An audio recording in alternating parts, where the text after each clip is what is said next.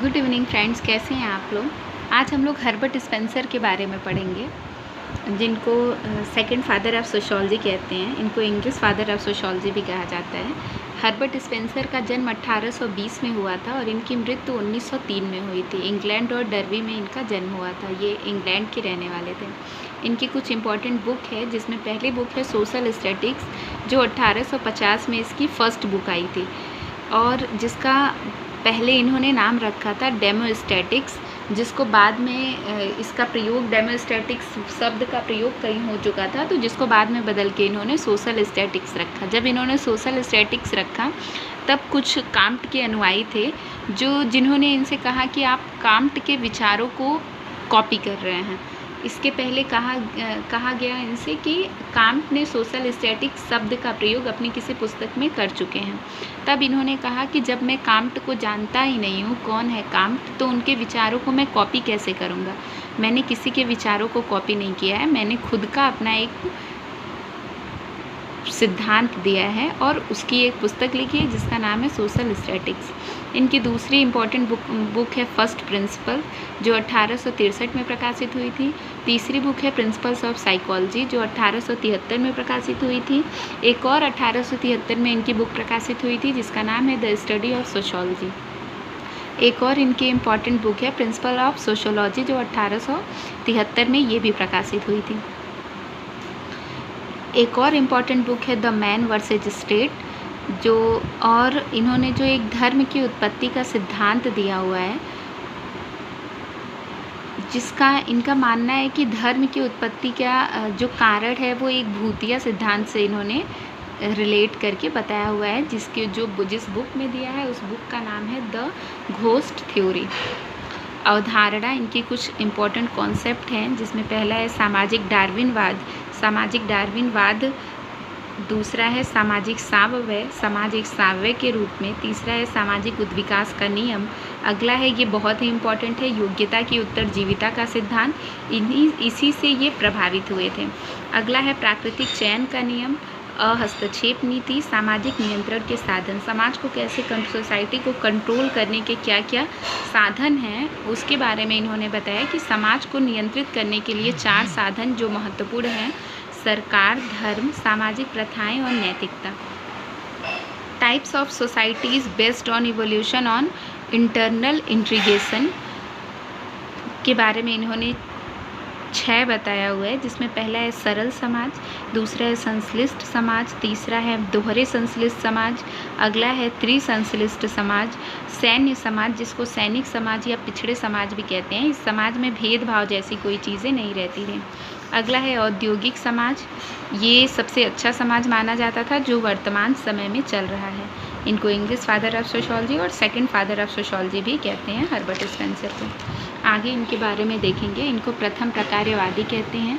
Spencer को कहा जाता है कि स्पेंसर ने पहली बार प्रकार्यवाद शब्द का प्रयोग किया, जिसको आगे बढ़ाया इनके बाद विल्हेम ने इस शब्द का प्रयोग किया। कहा जाता है कि काम्ट ने समाजशास्त्र के जिस नक्शे को बनाया, स्पेंसर ने उसमें रंग भरने का काम किया। इनको डार्विन का बुलडॉग कहते हैं।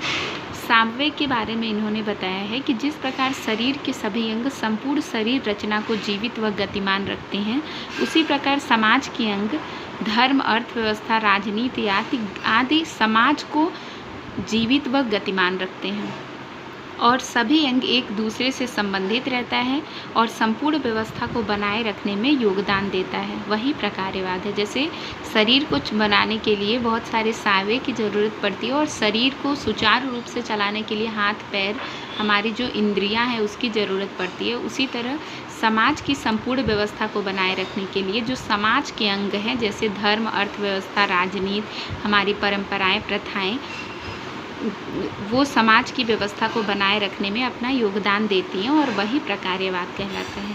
आगे है उद्विकास का नियम। उद्विकास को सबसे पहले डार्विन ने दिया था, जिसका नाम था प्राणिशास्त्रीय उद्विकास। इन्होंने चार्ल्स डार्विन ने अपनी पुस्तक ओरिजिन ऑफ स्पीसीज जो 1859 में आई थी, उसमें अपने प्राणिशास्त्रीय उद्विकास के बारे में बताया था।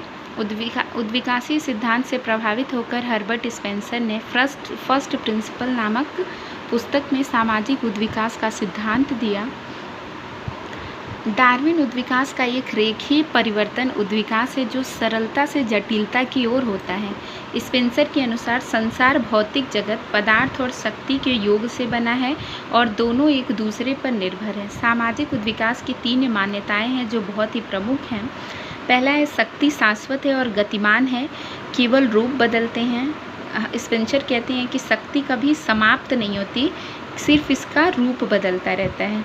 दूसरा है पदार्थ का विनाश नहीं होता, केवल रूप बदलता है, जैसे कोयले से जलकर राख बन जाना। पदार्थ कभी ख़त्म नहीं होता है, सिर्फ उसका रूप बदलता रहता है। और आगे है प्रत्येक चीज़ में गति होती है। आगे है हर्बर्ट स्पेंसर ने कहा है कि समाज में परिवर्तन कैसे होता है, तो पदार्थ एक अनिश्चित असंबंध समानता से निश्चित संबंध भिन्नता में बदलता रहता है। एक रेखीय होता है परिवर्तन, हमेशा उद्विकासीय परिवर्तन जो होता है वो एक रेखीय होता है, सदैव सरलता से जटिलता की तरफ होता है। मनुष्य का उद्विकास कैसे होता है, जैसे किशोरावस्था, प्रौढ़ावस्था, वृद्धावस्था, मतलब एक क्रम से होता है। ऐसा नहीं है कि शैशवावस्था के बाद सीधे शैशवावस्था के बाद सीधे किशोरावस्था आ जाएगा, शैशवा के बाद बाल्यावस्था आएगा, फिर किशोरावस्था आएगा। समाज का उद्विकास कैसे होता है, जिसके बारे में उन्होंने बताया कि जो चार्ल्स डार्विन ने कहा कि प्राणीशास्त्रीय उद्विकास में कि जैसे एक बीज से एक वृक्ष का निर्माण होता है, वैसे ही हर्बर्ट स्पेंसर ने जब उद्विकास का प्रयोग समाज शास्त्र के क्षेत्र में किया, समाज के क्षेत्र में किया, तो बताया कि जैसे समाज का पहले के लोग जंगलों में रहते थे, उनका जीवन बड़ा ही सरल रहता था। वो पेड़ों की छालों को कपड़े के रूप में पहनते थे। उनका जीवन बहुत ही सरल जीवन व्यतीत करते थे। एक जगह से दूसरी जगह उनका घुमंतू जीवन रहता था।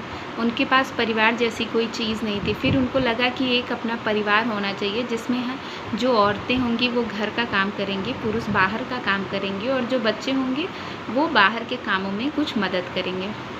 तब उन्हें परिवार की उत्पत्ति हुई। उसके बाद एक कबीला बना। कबीला के बाद कबीला को सैनिक और युयुत्सा भी कहते हैं। उसके बाद गांव का निर्माण हुआ, गांव के बाद कस्बा बना, कस्बा के बाद नगर बना, नगर के बाद महानगर बना। ये है हर्बर्ट स्पेंसर की थ्योरी। वीडियो अच्छी लगे तो लाइक करें, शेयर करें और चैनल को सब्सक्राइब करना नहीं भूलें। Thank you.